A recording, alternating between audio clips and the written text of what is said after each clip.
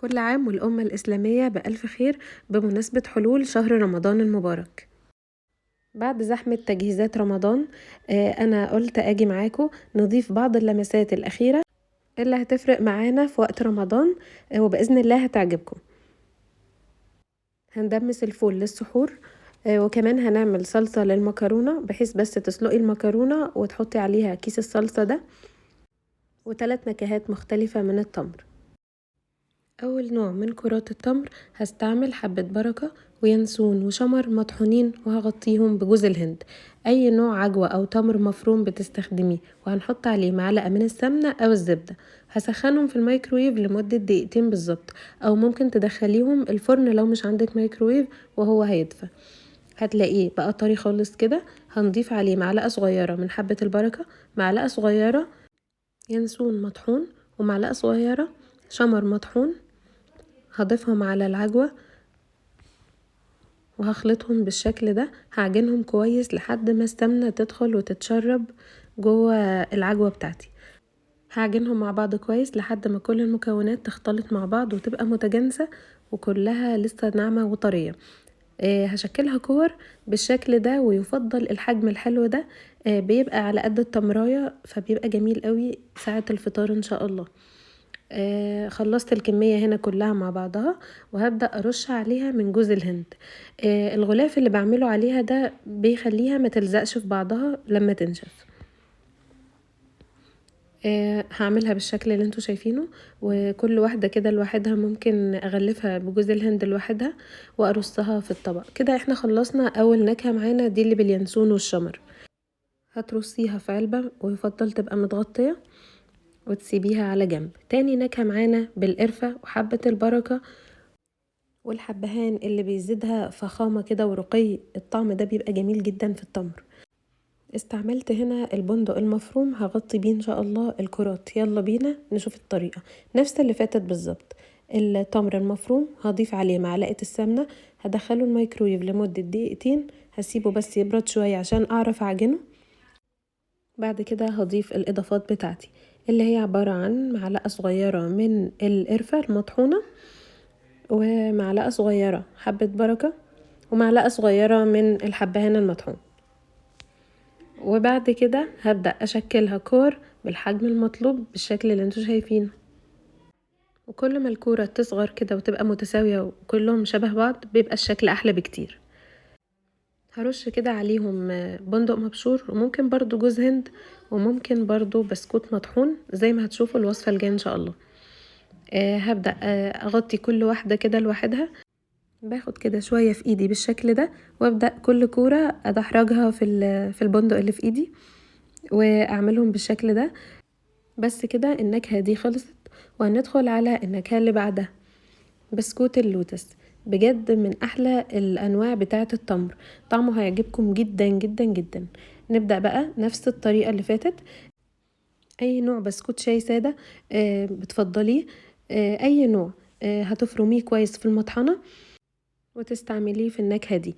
عندي بقى نفس الطريقة اللي فاتت، بس هضيف معلقة صغيرة من اليانسون المفروم، ومعلقة صغيرة حبة بركة، ومعلقة صغيرة شمر مطحون. والبسكوت انا ضفت هنا معلقتين كبار، وبعدين عجنتهم ولقيت ان انا لسه محتاجة معلقة كمان، فالاجمالي كان 3 معالق.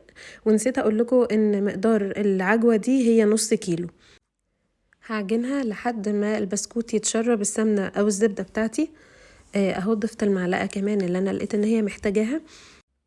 وهتفضلي تعجني لحد ما تلاقي قوامها بقى سهل انه يتشكل الكور دي. عملتها بالمقاس اللي انتوا شايفينه، وبعدين رشة بسكوت على الوش، وبرضو هغلفها بيها.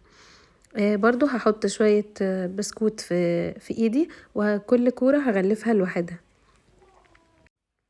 وبعدين هتجهزي علبة وهترصي فيها برضو التمر ده.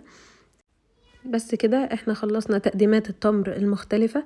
ان شاء الله هتبقى حلوة قوي في التقديم في رمضان وقت الفطار. شكلت هنا من الأطعمة المختلفة، أخدت من كل طبق كده كورتين 3. إن شاء الله هتعجبكم وبألف صحة وعافية. ولو عجبكم تشكيلات التمر ما تنسوش تدعموني باللايك والاشتراك في القناة وتفعيل زر الجرس. مستنية تعليقاتكم تحت الفيديو، هكون سعيدة جدا هقرأها وهرد على كل تعليق. ندخل بقى على تاني وصفة، وهي خلطة الفول السوداني اللي بحشي بيها بقى القطايف والجلاش والكنافة زي ما تحبوا. طبعا انا هنا حمصتها مقلايه مفيش فيها اي ماده دهنيه. هتحطي بس فيها الفول السوداني وتسخنيه وتسيبيه يبرد قبل ما تحطيه في المفرمه. لو حطيتيه حتى وهو دافي شويه هيعجن كده. انا سبته برد خالص. بعد كده طحنته اللي هو ايه مجروش، مش ناعم قوي، لا مكسر كده بالشكل ده. هتضيفيه وهتجهزي بعد كده كوبايه من السكر، مش مطحون، عادي سكر عادي خالص، وكوبايه جوز هند ومعلقة كبيرة من القرفة، وهتقلبيهم مع بعض. الخلطة دي هتنفع في كل الحشوات اللي هتستعمليها في حلويات رمضان. بس في إضافة اللي هو الزبيب، أنا ما ضفتوش هنا لأن هو لما بستعمله في الجلاش بيدي طعم مرارة، فمش بنحبه في الجلاش، لكن لما أجي أعمل القطايف هضيف الزبيب. ونشوف الوصفة الثالثة، ودي الأساس معانا في رمضان وفي كل بيت وما نستغناش عنها، تدميس فول السحور. معايا هنا نص كيلو من الفول. أنا نقعاه من بالليل، وشوفوا الفرق بين لما بتتنقع وهي لسه ما اتنقعتش. طبعا لما بتتنقع بتنفش وبتبقى كبيرة كده وبتستوي أسرع. وربع كيلو فول مدشوش، وكوباية إلا ربع من العدس. هجيب الحلة بتاعتي وهحط فيها مية مغلية لحد نص الحلة تقريبا، وبعد كده هضيف الفول واتأكد ان هو متغطي بالمية، وبعد كده كوباية العدس والفول المدشوش. هو المقدار المظبوط بيبقى كيلو فول نص مدشوش ربع عدس. بحب اضيف معلقة كركم صغيرة، وهنا بضيف معلقتين من الخل، دول بيخلوا الفول يستوي بسرعة جدا وكمان لونه بيبقى فاتح. وانا ضفت هنا بصلاية متقشرة وممكن تستبدليها بفصين توم، وليمونة متقشرة وشلت طبعا منها البذر. بس كده هقلبهم مع بعض وهغطيها كويس في الحلة الضغط وهحطها على النار لمدة ساعتين. شوفوا بعدها انا هختبر معاكم استوى. جميل جدا ما شاء الله، مستوية قوي قوي. ولو ما عندكيش حلة ضغط ممكن تستعملي حلة عادية. بتقعد تقريبا من 4 ل5 ساعات على نار واطية جدا زي الشمعة كده. ضربتها بالهاند بلندر وهسيبها تهدى خالص قبل ما اعبيها في الاكياس، وممكن تسيبيها صحيحة زي ما هي زي ما تحبي. هنا عبيتها في الاكياس وهبدأ اخزنها على قد الاكلة بتاعت السحور. بعد كده هندخل على الصلصة. معايا هنا كيلو من البصل المفروم، و4 حبات فلفل أخضر متقطعين صغير، ربع كيلو لحمة مفرومة وممكن تستغنوا عنها، هي بس بتدي نكهة للصلصة، و2 كيلو طماطم متقطعين، وتقريبا 3 فصوص توم كبار، وقرن شطة حامي. أول حاجة هجيب الحلة وأحط فيها شوية زيت ومعلقتين سمنة، والبهارات اللي تحبيها. أنا استعملت الفلفل الأسود والكمون والملح، بس كده معلقة كبيرة من كل حاجة منهم، وهقلبهم كويس واسيبهم لحد ما تبدأ البصلة تصفر. هنزل عليها الفلفل الأخضر بتاعي وهديه كده تقليبة سريعة، وبعد كده هنزل باللحمة المفرومة. هقلبهم كويس وأغطي الحلة وهسيبها تقريبا من 10 دقايق لربع ساعة على نار هادية لحد ما اللحمة الاقيها استوت. بعد كده هضرب الطماطم بتاعتي في الخلاط. هحط بقى قرن الشطة الحامي مع الثوم مع الطماطم، واعمليها على مرتين لان درق الخلاط ممكن ما يكفيش، ومش بضيف مية. ضربتها كويس في الخلاط وبعد كده ضفتها على اللحمة.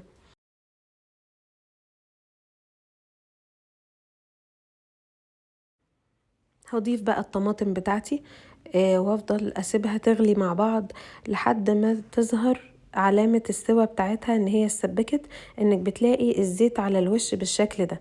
اول ما تلاقي الزيت والسمنة طلعوا على الوش تعرفي ان دي خلاص هي كده تمام اتسبكت. برضو هتسيبيها لحد ما تهدى خالص، وبعدين تكيسيها على حسب عدد الوجبات اللي انتي عايزاها مع المكرونة. بس كده، اتمنى ان الفيديو عجبكم. كان معاكم ندى جمال، كل عام وانتم جميعا بألف خير وصحة وسلامة وعافية.